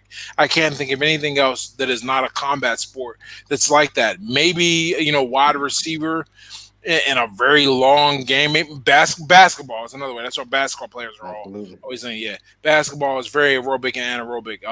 So and if you have that kind of athletic ability, that'll help too. But So yeah, if you train and like you were going to train for a fight for freaking 8 weeks, man, that's all you need. You don't even really need 6 months. Training camp was free, and you lose 25 pounds in a training camp if you're doing it right. Really? Yeah. A lot of guys, when they cut weight, very few fighters walk around at their fighting weight. And all but the heavyweights generally lose a decent amount of weight, and a lot of heavyweights do lose a decent amount of weight during camp. Now, you obviously increase your food intake to match your total daily energy expenditure, which goes through the roof as training for it. It's already high as a fighter, and it goes to the roof training for a fight. But if you want to do even more, if you want to lose even more, I got distracted looking at pictures of me keep popping up on the thing. If you want to do even more, then just train for a fight, eat normally, increase your macros to match, and your body, you'll just burn, man. It's really incredible how in shape you get. I keep trying to get back to that kind of shape, and I think I look in shape in that picture, but it ain't nothing like when I fought, man. And that picture, I'm probably 225, and I walk around at 215, man, and it's nuts. So, Well, here's what I think your problem is. It is very, very hard to be that guy, to be that monstrosity when you are in a situation that you have rightfully worked for in life. So it allows you to. oh yeah, yeah, that's true. You know, you ain't lying about that, man. Like, as great as training life is, it is it's one of those things where you're kind of working to escape to need that, and most people do that through boxing. The problem is boxing's a winner take all situation, so only a few people succeed. There aren't a lot of guys like me who did it in a completely different way, and so now I'm just like, okay, well, what should I do? Should I do I need to hop back in the ring and fight? And I'm like, no, I can just kind of hang out. Now I do, like, I never want to be normal people conditioning. Like I did a lot of work to get my body to a point where it's not ever going to look like a normal person's, but I won't walk around like I got to fight in 2 weeks or something like that, and that's a lot. But it's fun. So it's a lot of training, but it's also, once you start eating correctly, it really becomes really easy. I mean, I living here, man. Like, I think I heard you talking about the chicken, man. There's a chicken spot right around the corner. Get out of the gym, grab the whole chicken, a salad, uh, chicken salad, some croquettes, and some duck rice, man. It's gonna last me till dinner tonight, and dinner's probably gonna be some cattle red soup or something like that. That's what she was talking about making anyway. So, And that's the thing. How do because that last picture I posted, you're not there. You don't have to be that guy anymore because you've educated yourself and put yourself in a position business-wise. Because I think you were telling me men with options don't become boxers. yeah, because that's a man. Like, if you have the athletic ability to be a top boxer, you almost certainly end up on the gridiron or on the basketball court or on the baseball diamond. You just certainly now in America, you don't end up in the boxing gym, man. Like, it's not, at least not at any weight class higher than like 132, because you can't play those sports that light. But anybody who can be a middleweight or higher with real athletic ability, they end up in another sport. So a lot of us end up in the boxing ring because there's just nothing else to do, and you have that urge, and it's in you. There's a whole bunch of different traits that come together. I was telling the same kid. He just was talking to me about a bunch of things. I was telling him, I was like, look, man, if you just want to show off and be that guy, you want to be impressive, you're not going to like this. It's really going to hurt. This is because no one really cares. That's the thing you learn real fast. Most people don't care, and the ones who do care are already fighting with you. They're your peers. No one, there's no money in the sport. I mean, I won't say no money. I made a little bit of money. And when I say a little bit, that is not like relative to Floyd Mayweather. My highest paying fight was on Showtime. Got 12.5 for that. And then I had to pay a bunch of people. So I walked away realistically, and this is before tax, I think maybe 5.5 thousand, so $5,500. So there's not a lot of money. I mean, you do it because there's something wrong with you, and you ain't got another way to fix it. Wow. I remember a story in kickboxing in college. There was a guy who was very, very beautiful man. He was an amateur model who did kickboxing, which I don't know why you would do that. But he was that guy that would come in once or twice a week and make sure he got a picture while he was there training.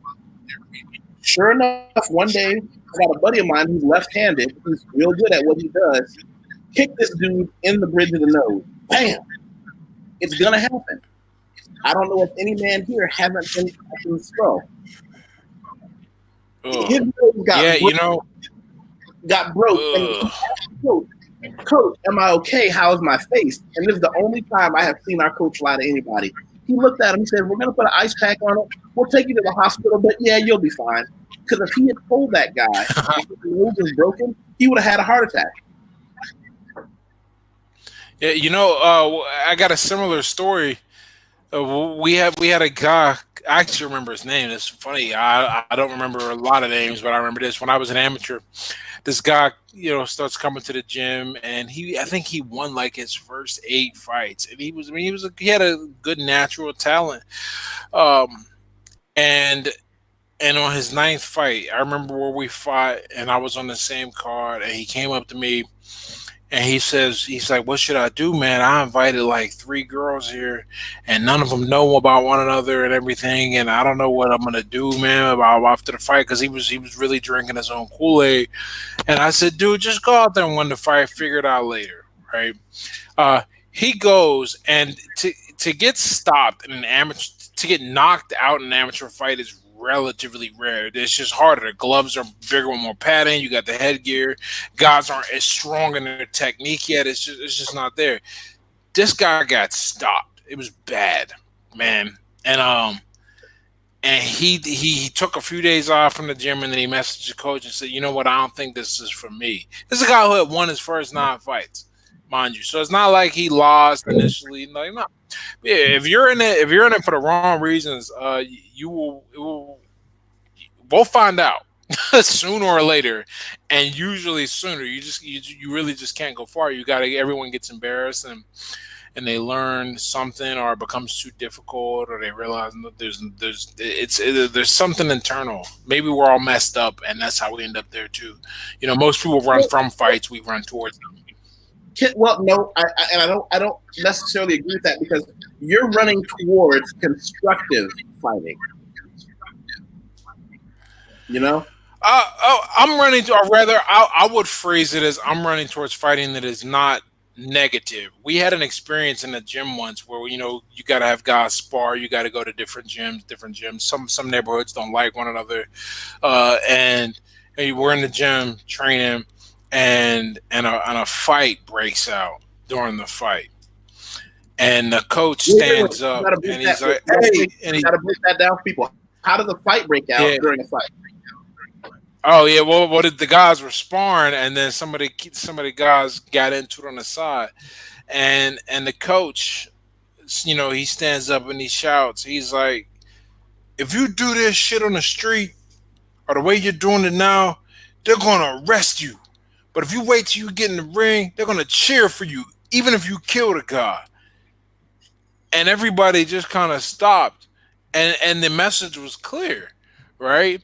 That while it ain't exactly, I definitely wouldn't call it constructive, but it absorbs the negative externalities that society imposes on you when you fight.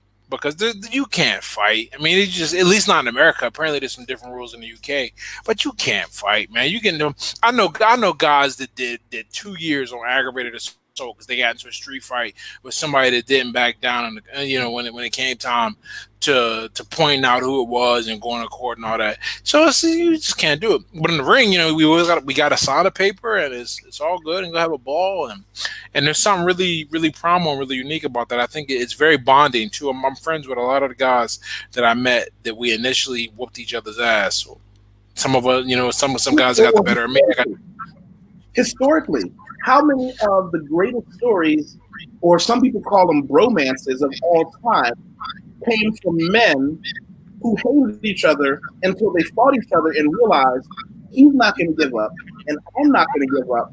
So we are better off being friends because we can kill 95% of the rest of the men in the world. Very, very much so, man. It's really, dude. It's very cool. I think at the end of the day, like if I had kids and the kid was like, "I want to go fight," I will ask them. It will be a serious conversation, but I would not, in an ideal situation, that they're not interested in doing it because at the end there's always the risk and it's so dangerous, but you get so much out of it. You know what I compare it to a lot of times. It's like growing up in the where I grew up. Like most people don't really make it, and we don't really talk about those people. Instead, what we do is we use the people that do make it as an example. And so that survivorship bias, we look at it and go, okay, they made it. Why haven't you made it too?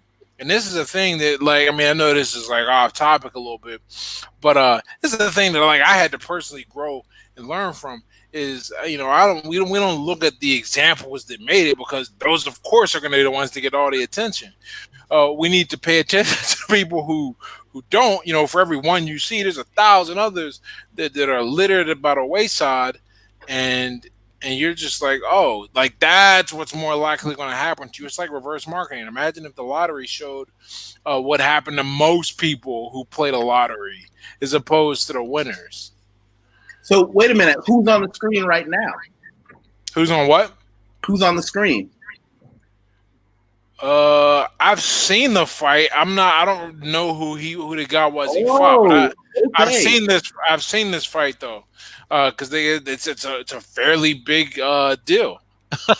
Kim Duck Koo was a professional fighter who fought Boom Boom Mancini, and before he left his locker room, he wrote "Killer be killed." Boom Boom Mancini at 25 years old, they finished the fight, but Kim Duck Koo died as he just got beaten to death, literally. That's when they put down from 15 to 12. Yeah, they've done it, which is great. Because 15 rounds is like every time I watch the Ali Fraser trilogy, I am amazed. They didn't even make it to the 15 round in the final one. I think they get stopped in the 14th round. And when they interview Ali, he was about to quit, and it just turns out that Fraser quit first. The 15 rounds is a long time, man. I'm so happy them days is over. I mean, I fought the longest I fought was 6, so I don't know what it's like to fight for because I know those are only the championship rounds, 12 and higher. So. Combat builds respect between folks. That's why most combatants usually become decent acquaintances, if not friends. Yeah. One of my best friends. The first time we met, it was in the boxing ring. It's how it is, man. Yeah, and here's the problem. While I don't want anyone to fight to death, I understand that it builds a character in men, like lifting weights. It builds a special character because it says, I'm going to do something that's hard that I don't have to do, but I'm going to do it anyway. Yeah, we don't have that mentality whatsoever anymore because life is so easy that people aren't dropping into the boxing gym, and they're not trying to. No one. I don't want to say no one. Very small percentage of guys take the difficult path by choice. In other words, because because why would you? I mean, our human nature is to avoid difficulty. That's got to be a thing you're trained to do. Someone tells you to do that, or you get exposed to some knowledge at some point that says, you know what, this easy shit is killing you slowly. How about you risk dying quickly, but if you survive, you'll live forever. That kind of thing. Nobody wants it. Nobody wants it. Nobody wants it. Everybody thinks there's a different way. There's an easy way. It's kind of like that guy who said his problem was he invited 3 girls to the fight. Well, first of all, tell your friend, if you're still friends, he's an idiot. You can't be in a situation where you're thinking about anything other than the fight. I mean, I remember when I had jiu-jitsu tournaments, and sometimes I lost, sometimes I've come in 3rd place, sometimes I've come in 2nd place. I got a couple 1st places. I never told my friends to come watch because I'm terrified, and a lot of people don't understand that when you go into whether it's boxing or Brazilian Jiu-Jitsu, when someone could literally crack my elbow out of the socket, that's a real thing that happens. Yeah. I know guys that have been in class for 6 months. You get caught the wrong way or by somebody like amateur Frank Mir, he said, I give guys half a heartbeat to tap. If I catch you in something and you don't immediately give up, I'm going to break it. And those men exist.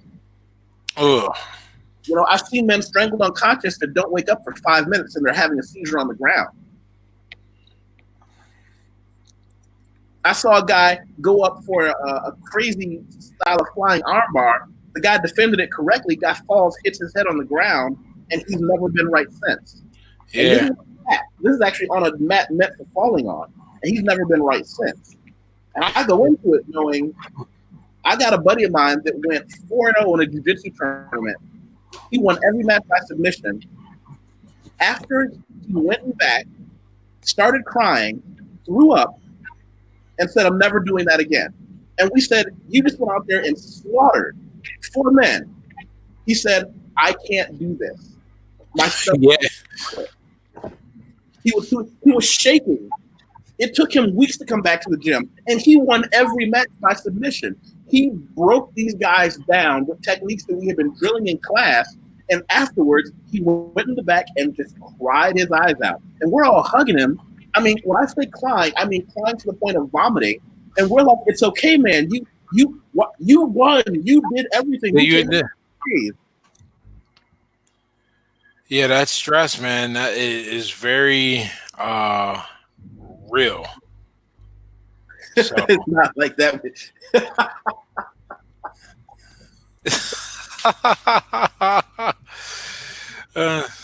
But here's something interesting, right? I know that after every tournament, after every gym sparring war, all the guys, we all get together and go out and have barbecue together. Yeah. Women, I've never seen women after a women's tournament. Like, hey, girls, let's all go get martinis. Like, guys, we're like, oh, I'm going to get you next year, and I'll see you at the tournament in another city next month. Let's all go get some steaks together, and we're all laughing and telling jokes and blah, blah, blah together. And it's with women, it's like, wait, you don't really have to hate her. And they're like, yes, I do. Whoa. We got somebody, Uncle, he said, how much is actually mental? 80%? A lot. Definitely a lot. So I have a story to share. Uh-oh. Story time. So when I was in school, I fought a lot, right? Well, one, because I'm small, and also because of my mannerisms, right? So I would get into a lot of fights because people like to pick on small people. And there was this one girl I beat up really bad. And now I'm in Texas, right? But I moved. I left Texas many years ago, like right after high school. Went into the military, and then I stayed gone for a long time. But when I returned to Texas, I'm in Walgreens. I'm in Walgreens, and I noticed like I'm being followed throughout the store. Like I'm on different aisles, and I keep feeling like I have eyes on me, and so I'm just seeing this female just like lurking. And so I get into a stance like, am I about to? I'm a full-grown woman. I never really liked to fight, but if I have to fight, I'm all in. I'm all in 100%. I'm trying to take off heads. Like, I don't know, like what the other person got to lose, but I'm trying to I'm not trying to just have them just breathe it, really, if I can help it. But so I noticed this is happening like from aisle to aisle through Walgreens. So I get somewhere and I get in a stomach, and I'm about to have to fight somebody. Like, why is this female just like lurking with me? It's really eerie. Come to find out, it was a girl, one of the girls that I beat up really bad in high school. So, and here I was thinking, like, am I about to have to fight this female, this woman, and wow, How many like a like woman? how many bodies did you stack up in your career of just like holy shit? Because if you have laid out so many women that you can't even remember their faces. Well, enough to where my mother like literally relocated, like moved so I could go to a whole new school my freshman year. Damn. Yeah. That's cool. And it's funny because I was really small and I was really smart, but I stayed on suspension and detention for always fighting and defending myself. Between grandparents and a parent, someone always had to come to the school. Yo, I vote for rating woman as a team enforcer. Like a vintage Arn Anderson, when you need somebody to come in and just terrorize the opposition.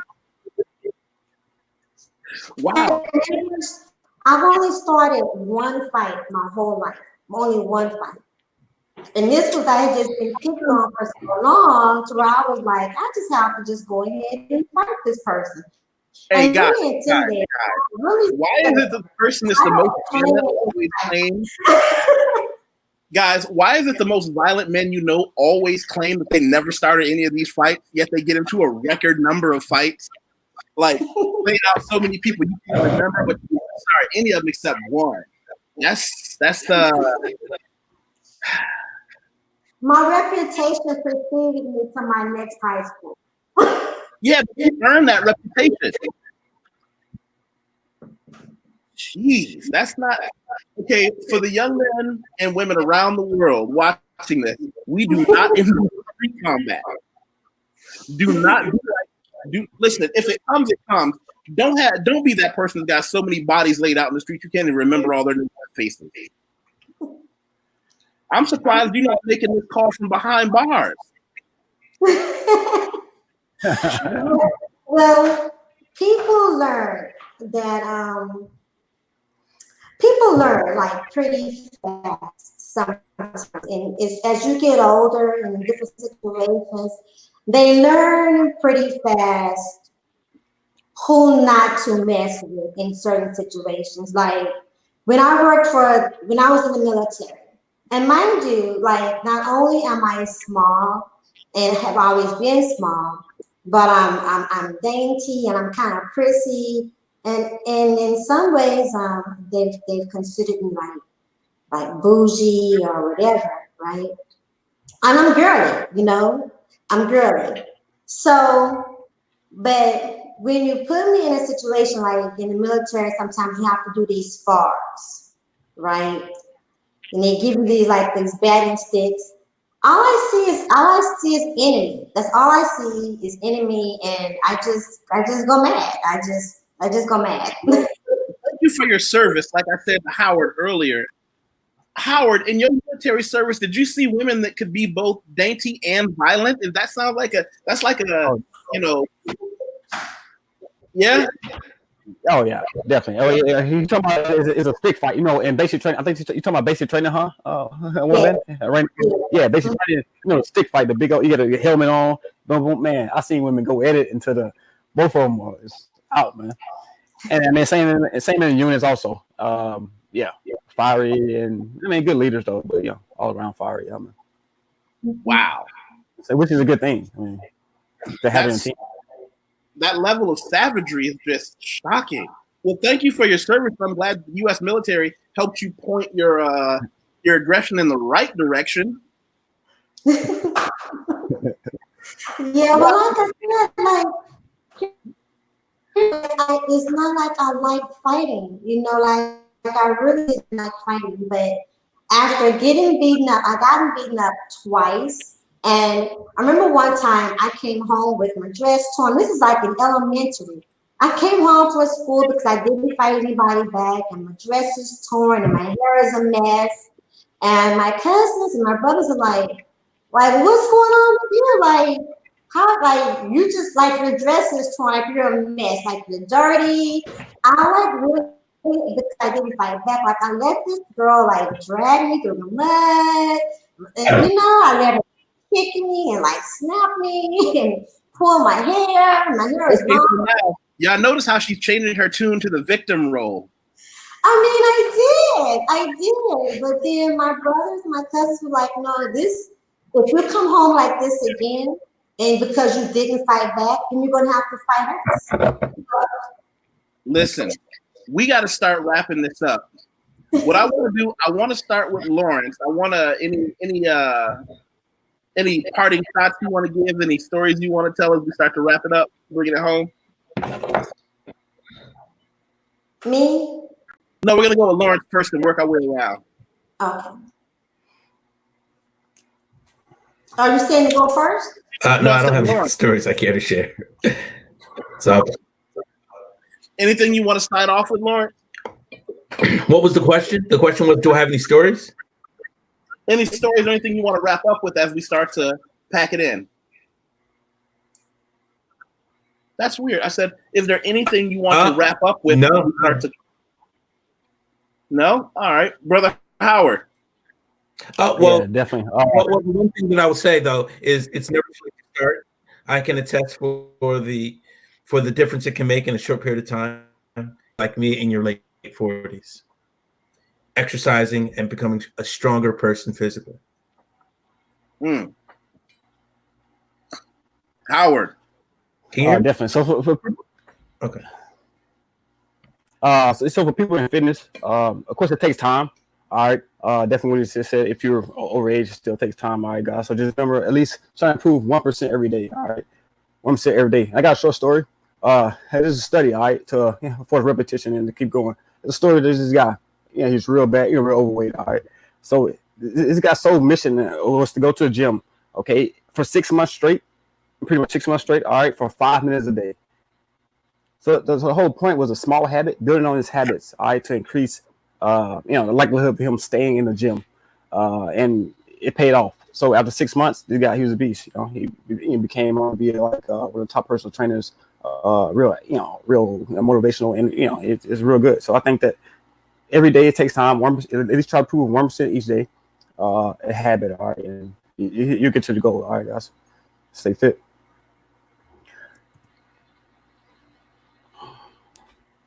Ed. Sounds like everyone's talking about progress, and things of that nature. So I guess that's what I missed out on. But yeah. To piggyback on that, I really like what Lawrence was saying. That it's never too late. People forget, or they don't forget, because I guess I make it pretty obvious when they talk to me about it. I didn't start fighting until I was 22, and so I didn't have my first amateur fight till I was 23, and then so on and so on, and you can do a lot. I mean, a lot of people. Some people told me that I should not have tried, or how far could I possibly go because I started younger. But you can go very far with just. I think we put too much emphasis on age and how limiting of a factor that can be. So you can go quite a bit a ways far, no matter when you start. A little bit every day, like you were saying, Howard, a little bit every day, and it's amazing how far you can get. I can't remember. I was looking up this quote for an article, and they're not sure who to attribute it to properly, but the idea is the same, that we overestimate what we can do in 1 year and underestimate what we can do in 10. And the point is that with long-term planning, with small, consistent action, you can go a lot farther than you think. But everyone thinks about these short bursts, and then they get mad and want to give up when things aren't where they should be. But if you just stick with a thing, 1 year, even, you just look up when you're like, holy shit, I'm a different person than I was when I started. So that is what I will leave. Just that consistent action, and it's never too late to start. And I'm quite a great example of that, I think. It's a funny guy too, man. I follow Ed also on Twitter, man. And I think do you still do the Coffee So Black books? Oh yeah, man. every so often it's crappie so black and stuff about crack and occasionally I'll just say something else. You gotta have fun with these things. But if people just like were tuning in and all it was just gems and wisdom. Nah, man, I like to. That's not me, man. I gotta make crack some jokes. Gotta have some fun. Reigning woman, thank you so much for bringing that air of feminine energy into the locker room talk. I need some more stories of you knuckle sandwiching these girls. Hey, back to combatives. Hey, were you going to combatives? I think the funniest part is whenever the principals would call my parents. And talking to my mother has got to be like the most hilarious because my mother is just like kind of straight just straight to the point. And her first question is always who started it? And did she win? That's all she wants to know. Who started it and did she win? And then she says, she'll always say, well, they should just leave her alone. Stop effing with her. Stop effing with her. Okay. That's not where I thought we were going today. But listen, I want everybody watching to make sure you share this on your Instagram, Facebook, Twitter. Make sure you click the subscribe and the thumbs up. I'll talk to you guys later. And everybody, hold on for a second. I'm going to talk to you guys behind the show. Have a good one, everybody. Have a good one.